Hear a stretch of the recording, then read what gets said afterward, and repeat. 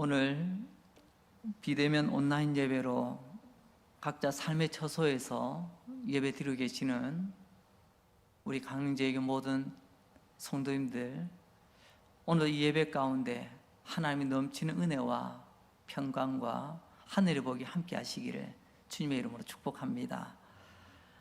지금 우리는 요한복음 7장부터 9장까지의 말씀을 살펴보고 있습니다. 오늘은 그 세 번째 시간입니다. 어설픈 용서와 위대한 용서라는 말씀의 제목으로 하나님의 은혜의 말씀을 전하고자 합니다. 요한복음 7장, 8장, 9장의 배경이 초막절이라고 말씀을 드렸습니다. 그 초막절 7일 동안 축제를 가지게 되는데요, 그 축제가 벌어지는 매일매일 아침마다 상번제, 매일 드리는 제사가 있습니다. 그리고 그 제사를 마치고 나면 대제사장이 앞장서서 실로암 목가로 가서 물을 기러 옵니다. 그리고 그 물을 다시 성전 번제단에 붓는 물축제가 이어진다라는 것을 우리는 지난 시간 살펴보았습니다. 그 의미는 하나님께서 비라고 하는 물을 내려주셔서 감사합니다. 즉, 물은 하나님의 은혜라는 거죠. 하나님의 은혜를 기억하며 감사합니다. 하나님의 은혜로 우리는 1년간 또 먹고 살게 되었습니다. 하나님의 은혜로 또 우리는 과실을 먹게 되었습니다. 하나님의 그 은혜 잊지 않고 기억하며 감사합니다. 이것을 표현하는 축제가 물축제라고 표현해 드렸습니다. 지금까지는 하나님께서 우리에게 물을 비로 내려주셨지만 우리가 그것을 기억하며 우리도 하나님께 감사의 흔적을 드린다는 그런 축제죠. 이 초막절 마지막 날이 됩니다. 초막절 7일은 마지막 날 저녁이 됩니다. 아침에 드렸던 물축제, 이제는 더 이상 내년이 될 때까지 이제 드려지지 않습니다. 하지만 초막절 7째 날 마지막 날 저녁이 되면 물축제가 아니라 또 다른 축제가 거행이 됩니다. 마치 축제의 마무리, 하이라이트처럼 말이죠. 그 축제는 바로 불축제라고 부를 수가 있습니다. 여러분, 초막절의 의미가 뭐였죠? 감사였습니다. 두 가지를 감사하죠. 추수를 주신 하나님, 추수를 얻기 위해서는 때를 따라 물을 내려주시는, 비를 내려주시는 하나님께 감사하는 물축제가 있었죠. 두 번째 감사의 제목은 바로 구원에 대한 감사입니다. 이 구원에 대한 감사를 이제는 불로 표현한다는 것입니다. 그래서 불축제라고 우리는 이름을 붙습니다. 하나님께서 그 옛날 이스라엘 백성들을 애굽으로부터 불러내십니다. 출애굽이라고 하죠. 주의 백성들은 광야를 걷게 됩니다. 지도가 있었나요? 내비게이션이 있었나요? 아무것도 없습니다. 하지만 하나님께서 그들을 친히 인도해 가십니다. 어떻게 그들을 인도해 나가시죠? 낮에는 구름 기둥, 밤에는 불 기둥, 우리는 잘 기억하고 있습니다. 즉, 하나님께서 우리에게 이렇게 구원의 은혜를 베푸셨다는 것입니다. 초막절 축제를 통하여, 물축제를 통하여 우리의 일용할 양식을 공급하신 하나님께 감사하는 물의 축제를 가졌고요, 이제 그 축제의 마지막 날 저녁에는 우리를 구원하여 주신 바로 그 하나님의 구원을 불로서 표현하며 그들이 축제를 드렸다는 것입니다. 백성들이 손에 횃불을 들고 성전에 모입니다. 불축제를 거행하는 곳이 따로 있었습니다. 성전에 보면 여러 구역이 나누어져 있는데요, 그 가운데 여인의 뜰이라고 하는 곳이 있습니다.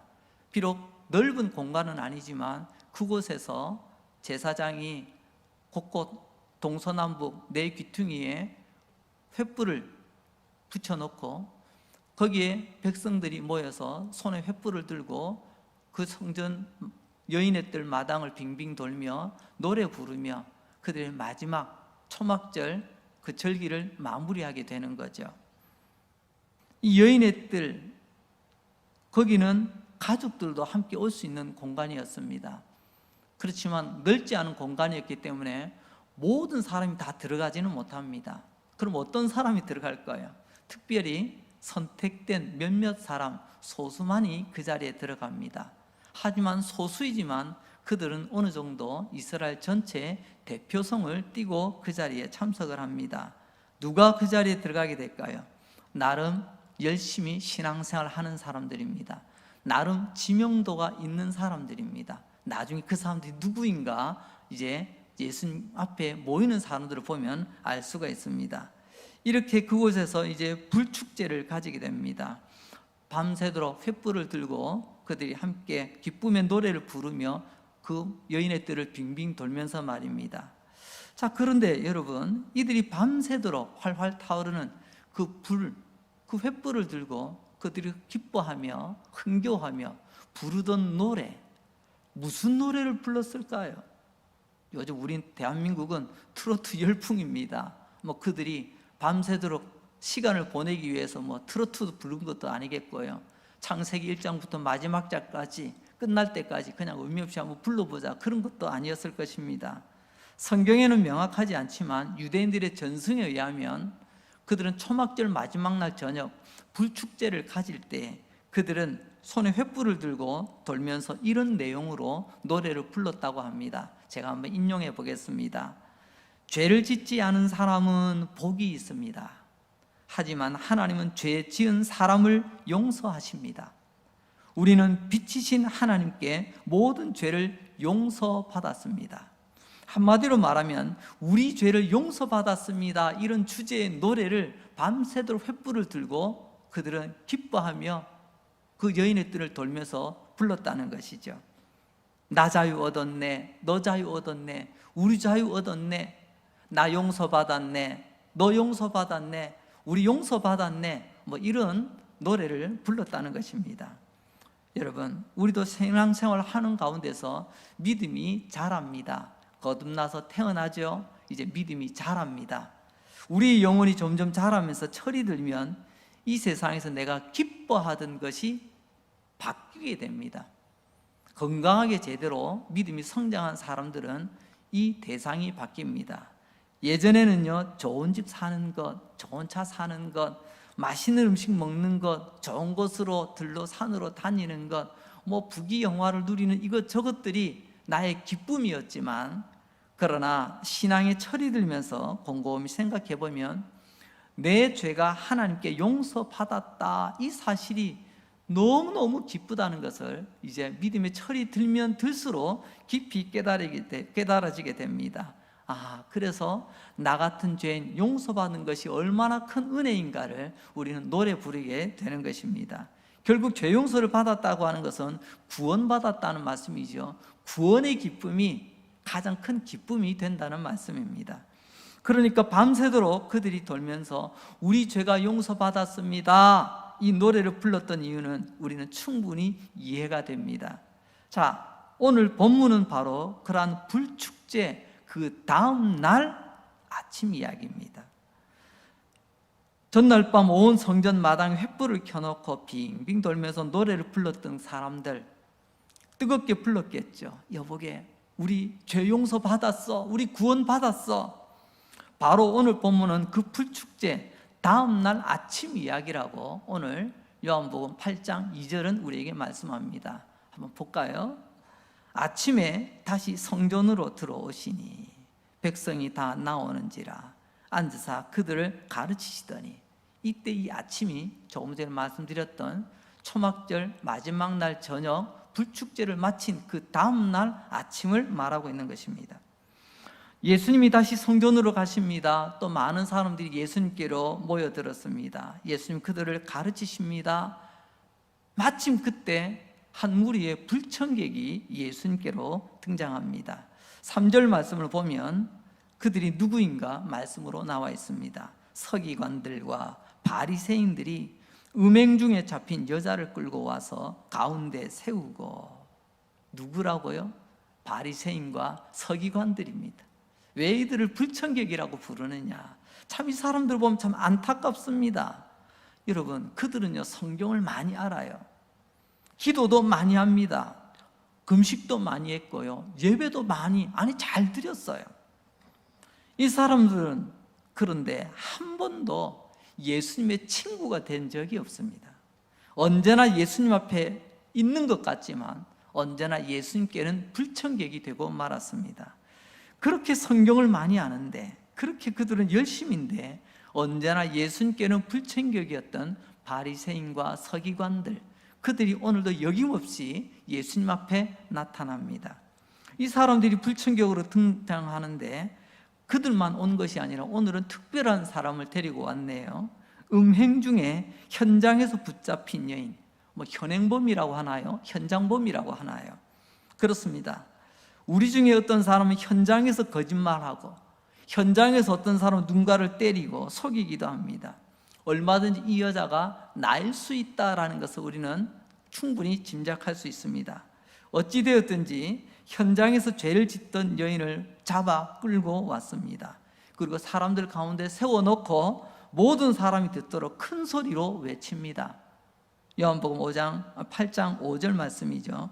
모세는 율법에 이러한 여자를 돌로 치라 명하였거니와 선생은 어떻게 말하겠나이까? 참 곤란한 질문입니다. 모세는 이런 죄 지은 사람 돌로 쳐 죽이라고 했는데 예수 당신은 어떻게 말하겠습니까? 이렇게 묻는 거죠. 참 불청객입니다. 청하지도 안 해도 찾아오는 사람. 여기서 문득 두 가지가 생각납니다. 뾰족한 송곳, 그리고 꽁의 머리라는 생각이 듭니다. 오늘 이 두 가지 주제를 말씀으로 전하려고 합니다. 뾰족한 송곳, 꽁의 머리, 이 주제로 말씀 이어가겠습니다. 먼저는 이 장면 속에서 뾰족한 송곳이 생각납니다. 이 당황스러운 사태를 만들어가고 키워가고 주도해 나가고 있는 이 바리새인들, 서기관들, 질문 하나 던집니다. 지난밤 그 불축제에 참석했을까요? 안 했을까요? 앞서 말씀드렸습니다. 여인의 뜰에서 이 불축제가 열린다고요. 하지만 공간이 제한적입니다. 그래서 나름 그들에서 제일 열심이고 잘 믿고 똑똑하다는 사람들이 아마 그 예배에 참석할 것입니다. 그렇다면 우리는 충분히 유추해 볼 수가 있습니다. 아하, 바리새인과 이 서기관들 지난밤에는 그 불축제에 밤새도 횃불 들고 뜨겁게 노래 부르며 그렇게 성전뜰을 돌았겠구나라는 생각을 가져봅니다. 이 상황을 주도해 나간 이 사람들 당연히 초막절 마지막 날 그 불축제에 참석했겠죠. 왜요? 믿음이 참 좋았기 때문에 그렇습니다. 여러분, 이건 칭찬이 아니고요, 비꼬는 말입니다. 무슨 말이냐면 여인의 뜰, 여러분 거기는 아무나 모두가 다 들어갈 수 없다고 했지 않습니까? 당연히 그들 안에서 믿음 좋다고 인정받는 사람만이 그곳에 참석할 수 있고요, 나름 좀 믿음 생활하면 얼굴 좀 내밀고 이름 좀 드밀 수 있는 사람이 그 자리에 참석했을 것입니다. 자, 그렇다면 이 사람들은 밤새도록 불렀던 노래가 있습니다. 앞서 잠시 살펴보았죠. 나 죄 용서 받았습니다. 우리 죄 용서 받았습니다. 지난밤 그 뜨거운 노래를 불렀는데 그 뜨거운 노래가 식기도 전에, 그 뜨거운 노래가 그들의 입에서 식기도 전에 여러분 뾰족한 송곳이 되어 오늘 예수님 앞에 나타난 것입니다. 무슨 상황이죠? 어떤 모습입니까? 여러분, 지난밤 우리 죄 용서받았다고 밤새도록 여러분 그렇게 노래 부르며 기뻐했던 이들이 날이 밝자 뾰족한 송곳이 되어 예수님 앞에 나타났다는 것입니다. 그리고 그들의 준비된 송곳으로 마구 찔러댑니다. 이 부족한 여인을 율법대로 돌로 쳐야 됩니다. 돌로 친다라고 하는 것은요, 석형이라고 부릅니까? 형벌의 한 종류입니다. 돌로 쳐서 죽인다는 말입니다. 뾰족한 송곳이 되어 지난밤 뜨겁게 불렀던 나의 죄 용서받았다고 하던 그 노래가 채 식기도 전에 이 여자 죽여야 합니다. 그리고 결국은요, 예수님까지 치려고 지금 뾰족한 송곳을 들이내밀고 있지 않습니까? 앞서 5절 말씀에 모세는 이런 인간은 돌로 쳐 죽이라고 했습니다.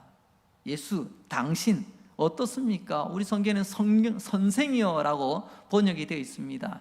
이 부분의 선생이라는 말은요, 랍비라는 말이 아닙니다. 원어 성경에 보면요, she라고 되어 있습니다. 이게 무슨 말이냐면 쉽게 말하면 영어로 you, 당신이라는 말입니다. 이것을 우리는 좀 그래도 번역할 때 그래도 조금 고상하게 선생이라고 바꿔놓은 것입니다. 직역이라면 이런 말이죠. 예수, 당신이 한번 말해봐라. 지금 뾰족한 송곳을 인정사정 없이 드밀고 있습니다.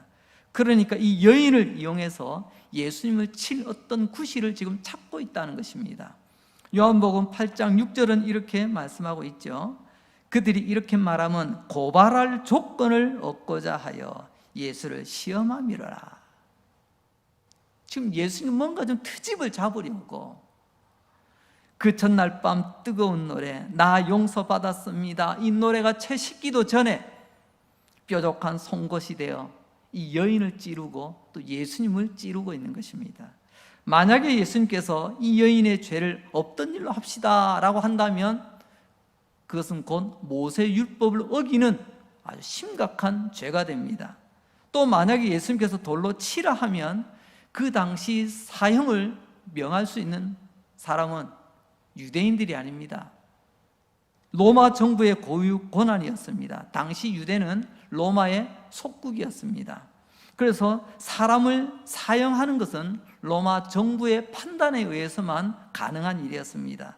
그런데 예수님이 돌로 쳐서 죽이세요 라고 한다면 로마법을 어기는 아주 큰 범죄가 되는 것이죠. 이 바리새인들과 서기관들은 아주 치밀하게 이렇게 계획을 짰습니다. 아주 정교한 덫을 놓았던 거죠. 앞서 1번을 말해도 덜컥 걸리고 2번 예를 따르자니 또 덜컥 걸리게 되어 있습니다. 이래도 저래도 걸리기 십상인 아주 정교한 뜻입니다. 여러분, 바리새인과 서기관 참 머리가 좋은 것 같습니다. 여러분, 좋은 머리 이런 데 쓰면 안 됩니다. 교회를 세우고 서로 화평케 하는 일에 이 좋은 머리 써야지, 이렇게 다른 사람을 찌르는 일에, 주님의 몸된 교회를 힘들게 하는 일에 이렇게 그들의 똑똑한 머리를 쓰게 되면 안 된다는 말입니다. 이제 예수님께서 대답하실 차례입니다. 예수님 어떻게 답변하실까요?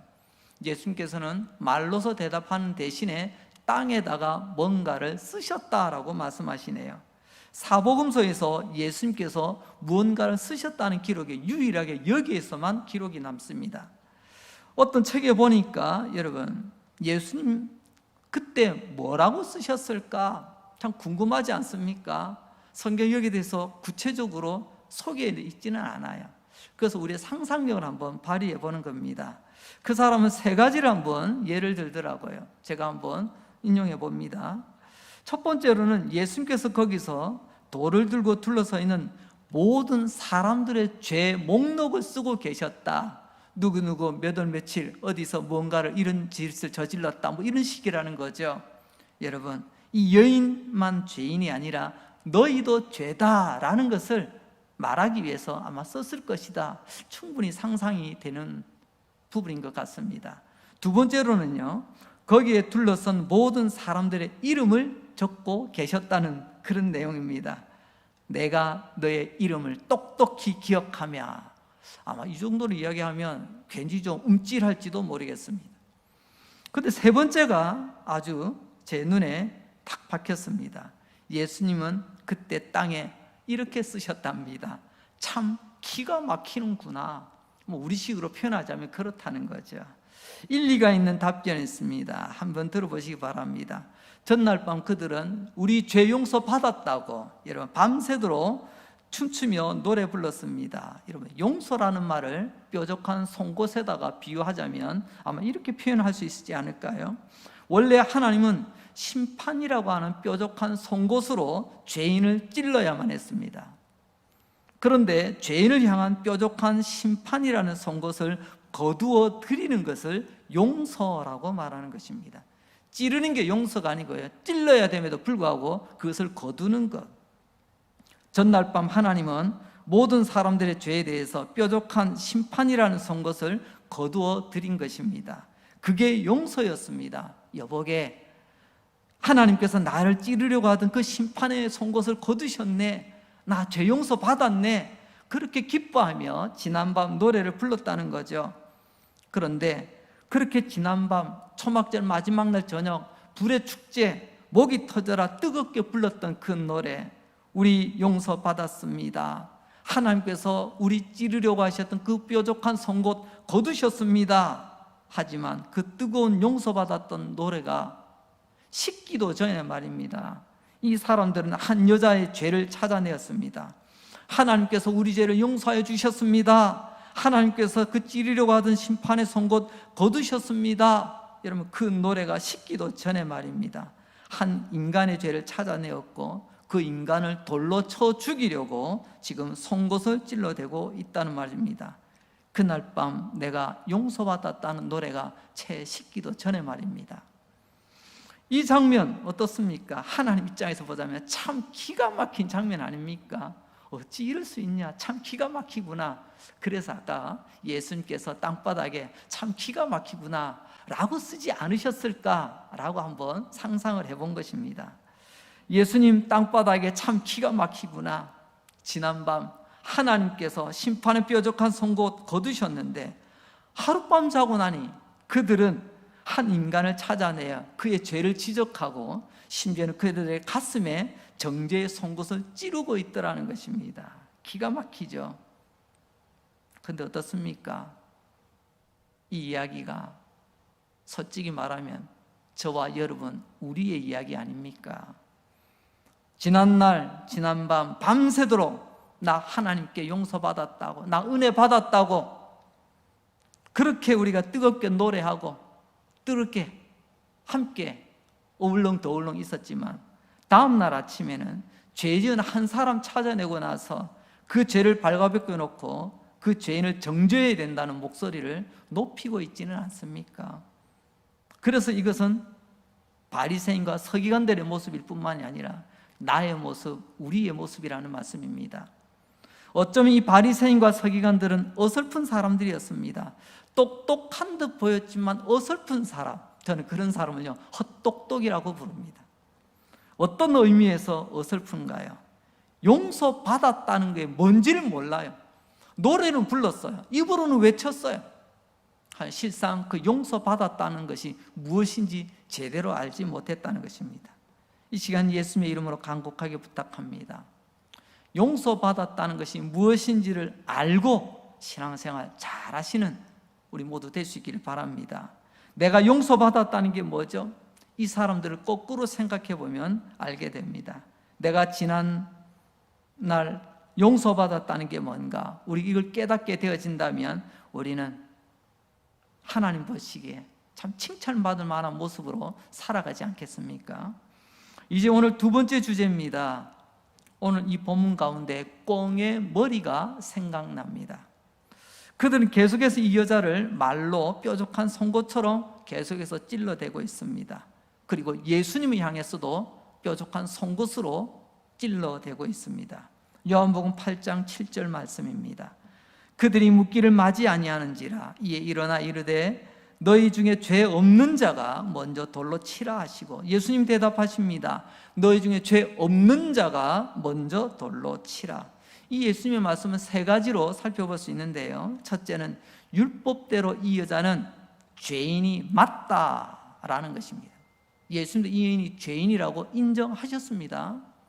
두 번째로는요, 이 여자가 이런 큰 죄를 지었다면 율법대로 돌에 맞아 죽는 것이 맞다라는 것입니다. 율법대로 하자면 돌에 맞아 죽는 게 맞다는 거죠. 세 번째로는요, 그러나 죄인을 돌로 치는 이 공의로운 집행은 죄 없는 자가 해야 된다라고 말씀하십니다. 다시 한번 말씀드립니다. 죄 없는 자가 먼저 돌로 치라.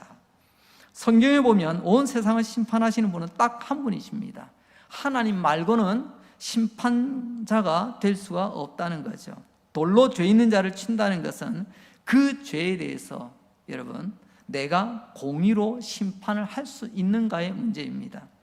죄를 공의로 심판하는데 죄 있는 자가 할 수 있냐는 것입니다.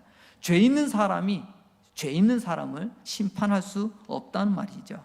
왜 하나님만이 유일한 심판자인가? 하나님은 죄가 없으신 거룩한 분이시기 때문에 그렇습니다. 그래서 하나님만이 온 세상의 유일한 심판자가 되시는 것입니다. 예수님은 죄 적은 자가 공의의 심판자가 되라고 말씀하지 않으십니다.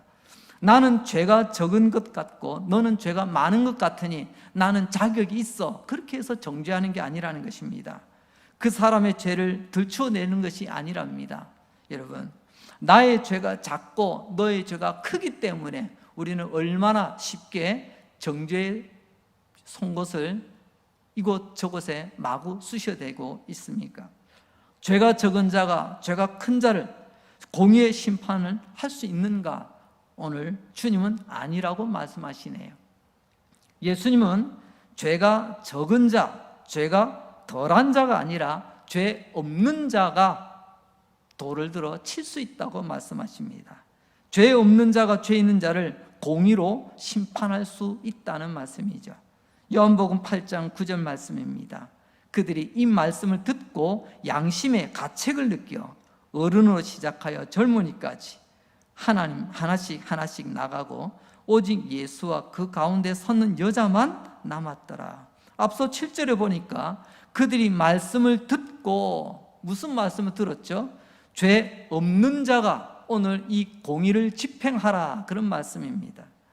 이 말씀을 듣고 그들은요 양심의 가책을 느꼈답니다. 양심이 없는 것보다는 낫죠. 그러나 여러분, 오해 마시기 바랍니다. 양심이 있다고 믿음이 있는 것은 아니라는 것입니다. 죄가 하나도 없어서 공의의 심판을 집행할 자가 아무도 없었다는 거죠.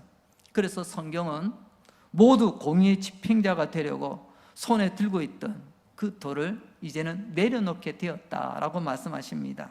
죄 없는 자가 공의의 심판자가 되라. 이런 예수님 말씀 듣고 곰곰이 생각해 보니 양심에 좀 찔리더라는 것입니다. 여기서 양심의 가책이라는 말이 있는데요, 이 가책이라는 말 헬라 원문에 보게 되면 폭로하다, 엘렌코 이런 말을 씁니다. 드러내어 폭로하다. 양심이 막 폭로하는 거죠. 너도 저 여자와 똑같은 인간이잖아. 내 양심이 막, 내가 혀로 그 여인과 예수님을 찌르려고 했더니 양심이 또 나를 찌릅니다. 너도 죄인이야. 너도 저 인간 못지않게 흉악한 죄인이야. 이렇게 양심의 가책을 느껴 손에 들고 있던 돌들을 다 내려놓고 다 집으로 돌아갔다는 것입니다. 이 메시지는 분명하죠. 우리는 그 누구도 공의의 집행자가 될 수 없다는 말씀입니다. 그 누구도 인간에 대한 재판관이 될 수 없다는 말이겠죠. 왜요? 법대를 나오지 않아서가 아닙니다. 공의의 재판관이 될 수 없는 이유는 법대 나오지 않아서 법조인의 자격을 얻지 못해서가 아니라 내가 죄 없는 자가 아니기 때문에, 즉 다시 말하면 내가 죄 있기 때문이라는 것입니다. 우리 모두는 죄가 없는 자가 하나도 없지 않습니까? 그래서 그 누구도 그 사람의 죄를 들추어내어 그 사람을 공의로 재판할 그런 자격이 없다는 것입니다. 아주 중요한 메시지죠. 그런데 이게 끝일까요? 더 중요한 메시지가 하나 남아 있습니다. 지난밤 이 성전 여인의 뜰에서 어떤 일이 있었죠? 다시 한번 돌아봅니다. 밤새도록 환한 불을 켜고 밤새도록 뜨거운 노래를 불렀지 않습니까? 그 노래의 내용 여러분 기억하시죠? 우리 죄 용서 받았습니다. 밤새도록 죄 용서 받았다는 노래를 불렀어요. 그런데 그 다음날 아침 예수님께서는요 말씀합니다. 너희 중에 죄 없는 자가 먼저 돌로 치라고 말입니다. 그랬더니 모두 돌을 놓고 돌아섰다고 말합니다. 이 부분이 중요합니다. 자 보세요. 죄 용서 받았다는 것은 죄가 없어졌다는 것을 말합니다. 밤새도록 나는 죄 용서 받았습니다. 나는 하나님 죄가 없어졌습니다. 그렇게 외쳤습니다. 그런데 그 다음날 아침 너희 중에 죄 없는 자가, 여러분 몇 시간이나 흘렀을까요? 얼마 되지 않았습니다. 이 뜨거움이 채 식기도 전에 죄 없는 자가 먼저 치라고 하니까 모두가 돌을 내려놓고 말았습니다. 무슨 말이죠? 그들은 지난밤 뜨겁게 노래 부르며 밤을 지새웠지만 여전히 그들은 죄가 있다는 것입니다. 예수님이 그렇게 말씀하신 이유가 바로 그겁니다. 이 사건의 메시지는 바로 꽁의 머리라고 말하는 이유가 여기에 있습니다. 우리 속담에 꽁은 머리만 풀섭해 감춘다라는 말이 있습니다. 꽁은 참 겁이 많은 짐승입니다. 그래서 바스락거리만 소리 나도 도망을 가고요. 또 바로 하늘로 날아오르지 못합니다. 마치 우리 비행기처럼 말입니다. 어느 정도 날아오르기 위해서 발돋움하기 위한 좀 어느 정도 달리 나가는 그런 거리가 필요합니다. 그러다 보니까 사냥꾼들에게 잡히기도 하죠. 여러분, 그렇습니다.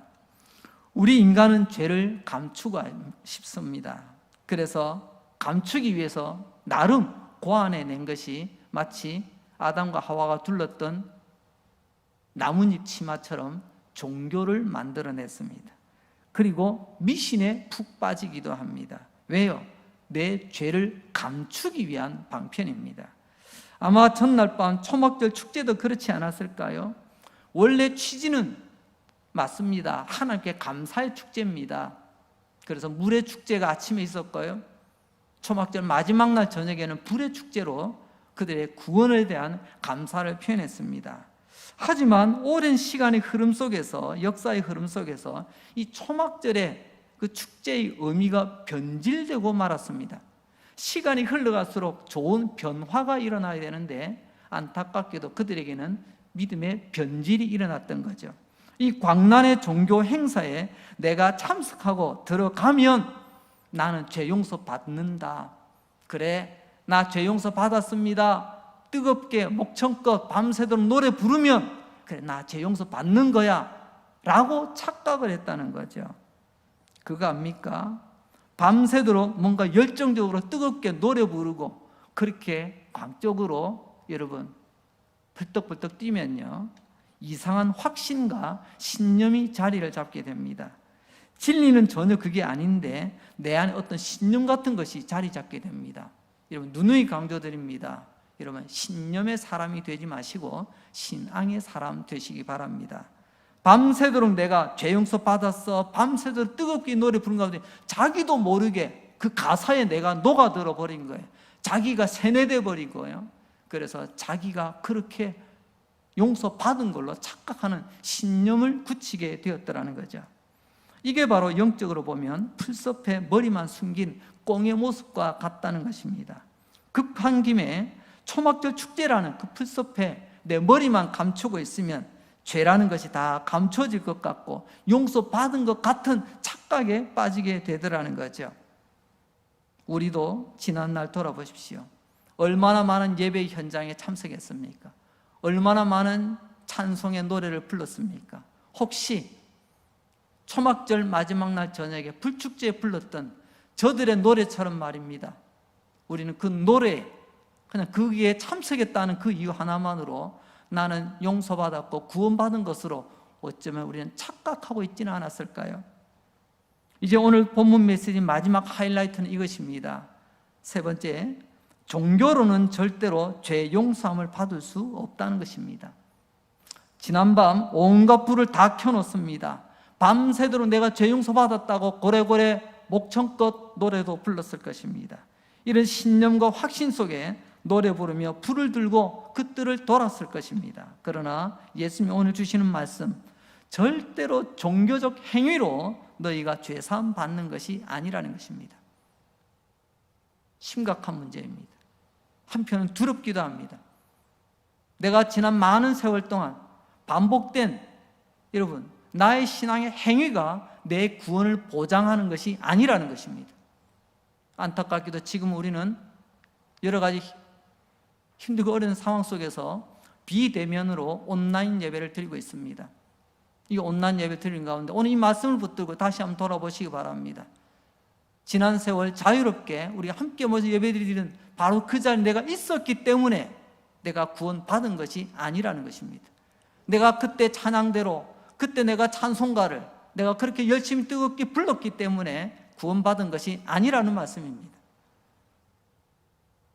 여인은 다 드러난 꽁과 같습니다. 그러나 바리새인과 서기관들, 거기에 모인 사람들은 머리만 숨긴 꽁과 같은 모습입니다.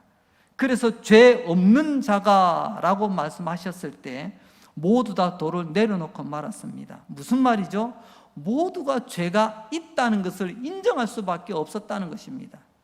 지난밤 그렇게 뜨겁게 노래 부르고 횃불 들고 성전뜰을 돌았음에도 불구하고 말입니다.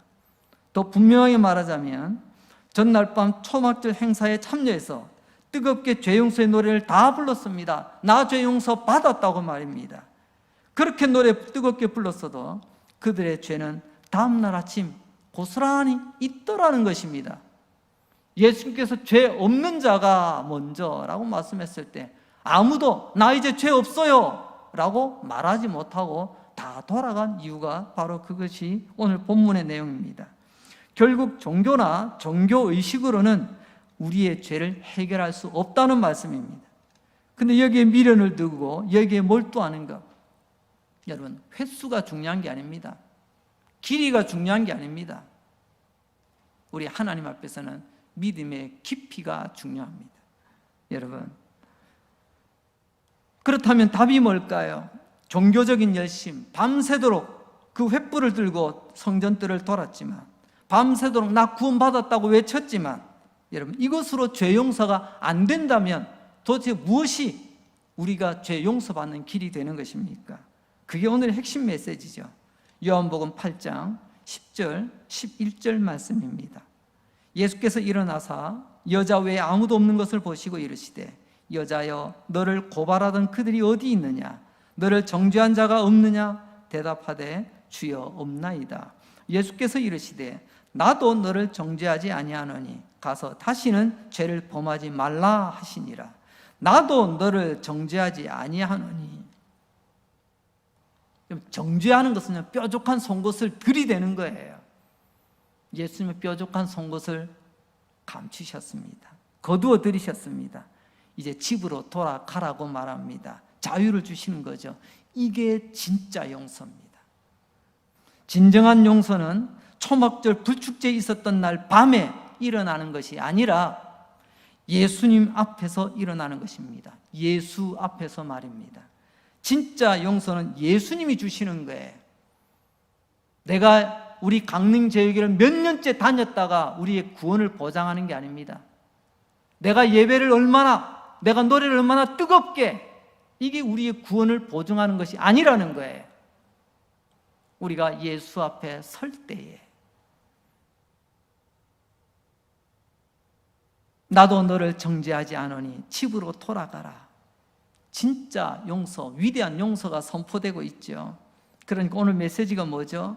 우리의 죄 용서함은 종교 행위에 심취한다고, 어떤 의식에 심취한다고, 내가 어떤 열심이 있다고, 내가 무엇을 내가 오래도록 해왔다고 그것이 보증하는 것이 아니라 그것은 머리 감춘 꿩과 같습니다. 진짜 우리의 죄 용서는 예수님 앞에서입니다. 여러분, 함께 있을 때는 몰라요. 이렇게 비대면을 온라인으로 예배드릴 때 이때가 진짜 내가 주님 앞에서 참된 예배자인가를 우리는 알 수 있게 됩니다. 모여 있을 때는 혹 다른 사람을 의식할 수도 있습니다. 하지만 비대면으로 우리 각자의 처소에서 이렇게 예배 드리는 이때 나의 진짜 모습이 드러나지 않겠습니까? 우리 죄를 용서하는 것은 종교 의식이 아니라 예수님 앞입니다. 죄는 모든 죄인을 반드시 찾아내고 정죄하며 심판으로 이끌어갑니다. 머리만 풀숲에 숨긴다고 되는 일이 아닙니다. 여러분, 공예배 몇 번 참석했다고 그렇게 해서 해결되는 게 아닙니다. 이 시간 주의 이름으로 여러분을 축복합니다. 형식과 종교의 머리만 숨기는 어리석은 꽁이 되지 마시기 바랍니다. 어떤 종교의식과 어떤 프로그램 속에서 열심을 내면 나도 모르게 이상한 신앙이 아니고 신념이 생겨요. 내가 혹시 죄 용서 받은 것은 아닐까? 내가 그래도 이만큼 다녔으면 이런 일을 하고 이런 직분을 감당하고 있으니 나는 죄 용서 받은 자가 맞을 거야. 착각입니다. 형식과 종교의 머리만 섬기는 어리석은 꽁이 아니라 예수님 품에 안기시기 바랍니다. 오직 예수님만이 우리를 모든 죄에서 용서하십니다. 오직 예수님만이 정죄와 심판에서 우리를 완전히 감추어 주십니다. 종교는 머리만 감추지만 여러분, 종교의식 열심히 다 머리만 숨기는 꽁의 모습 아니겠습니까? 그러나 예수님은 우리의 전 존재를 당신의 십자가의 보혈 안에 우리를 감춰주십니다. 그리고 더 이상 정죄와 심판이 우리를 찾지 못하도록 주님께서 감싸주십니다. 여러분, 이 위대한 진리를 가슴에 품고 이 힘들고 어려운 때 믿음으로 승리하시는 주의 백성들 되시기를 주의 이름으로 축복합니다. 기도하겠습니다. 하나님 우리 아버지 감사합니다. 오늘 비대면 온라인 예배를 드릴 수밖에 없는 환경이지만 그러나 오늘도 주의 이름 부르며 각자의 삶의 처소에서 주님 앞에 예배자로 서게 하여 주시니 감사합니다. 하나님, 오늘 말씀을 들으며 뾰족한 송곳, 진짜 용서가 무엇인지 아는 사람으로 살아갈 수 있도록 깨닫게 해주시니 감사합니다. 나의 종교적인 열심, 이만하면 됐지, 나만큼 하면 됐지, 나도 모르게 이런 신념이 확신이 되고 그것 때문에 풀 속에 머리 박고 있는 꽁처럼 혹시 지난 세월 달려오지 않았습니까? 사냥꾼은 그 꽁을 용케 찾아내어 잡아갈 것입니다. 하나님, 이제 나의 전 존재를 예수님 앞에 맡깁니다. 나의 죄 용서는 종교 행사에 있는 것이 아니라 예수님이 하신다는 것, 다시 한번 이 위대한 진리를 깨닫습니다. 예수님 앞에 나의 모든 것을 내어놓습니다. 나의 모든 존재, 나의 모든 죄를 주님 앞에 아뢰입니다. 나의 머리만 감춰주시는 예수님이 아니라 나의 모든 것 감춰주시고 깨끗하게 하실 주님을 찬양합니다. 예수 안에 있는 자, 더 이상 정죄와 심판이 없다는 것. 아들아, 딸아, 나도 너를 정죄하지 아니하노니 집으로 돌아가거라. 그리고 다시는 죄를 짓지 말거라. 오늘 이 위대한 하나님의 용서가 우리 강릉제일교회 모든 예배자들 머리 위에, 전 삶 위에 부어지게 하여 주옵소서. 이제 아멘하며 눈 뜨기 전에 우리 안에 병든 자들을 고쳐주십시오. 얼마나 아프고 얼마나 서럽고 얼마나 두렵고 얼마나 외롭겠습니까? 예수님, 그 전능하신 손으로 깨끗하게 치료해 주시기 원합니다. 고쳐주시기 원합니다. 주님의 능력, 주님의 기적이 우리의 병든 마음, 우리의 병든 몸 꼭 일어나게 하여 주옵소서. 우리의 삶의 모든 결박, 특별히 코로나19의 이 역병을 속히 주님 해결하여 주시옵소서. 이번 한 주간 승리하는 복된 한 주간 되기를 원하오며 예수님 거룩하신 이름으로 기도합니다. 아멘.